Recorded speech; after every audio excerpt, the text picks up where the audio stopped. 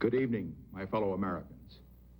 Tonight I want to talk to you on a subject of deep concern to all Americans and to many people in all parts of the world, the war in Vietnam.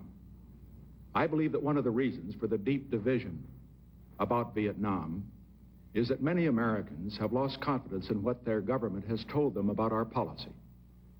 The American people cannot and should not be asked to support a policy which involves the overriding issues of war and peace unless they know the truth about that policy.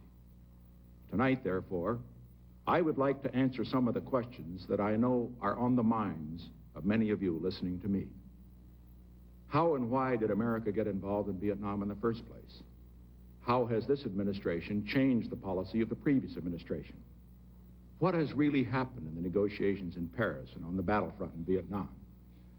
What choices do we have if we are to end the war? What are the prospects for peace? Now let me begin by describing the situation I found when I was inaugurated on January 20. The war had been going on for 4 years. 31,000 Americans had been killed in action. The training program for the South Vietnamese was beyond schedule. 540,000 Americans were in Vietnam with no plans to reduce the number. No progress had been made at the negotiations in Paris, and the United States had not put forth a comprehensive peace proposal. The war was causing deep division at home and criticism from many of our friends as well as our enemies abroad. In view of these circumstances, there were some who urged that I end the war at once by ordering the immediate withdrawal of all American forces. From a political standpoint, this would have been a popular and easy course to follow.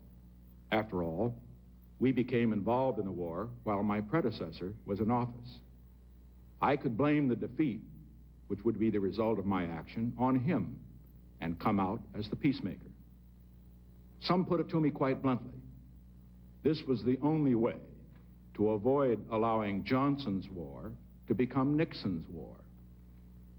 But I had a greater obligation than to think only of the years of my administration and of the next election.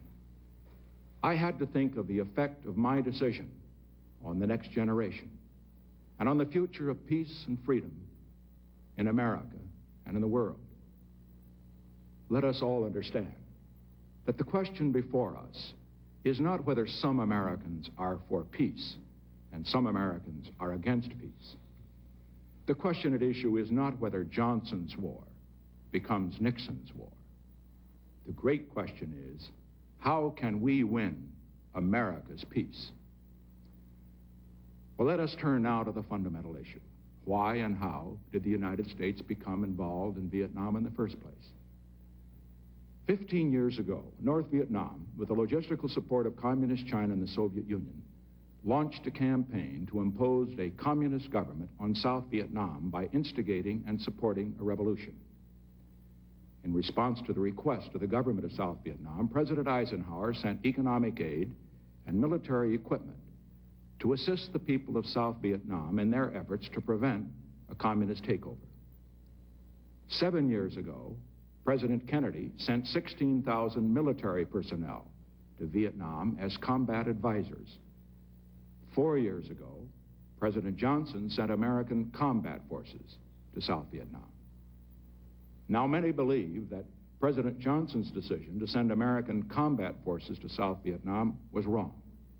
And many others, I among them, have been strongly critical of the way the war has been conducted. But the question facing us today is, now that we are in the war, what is the best way to end it?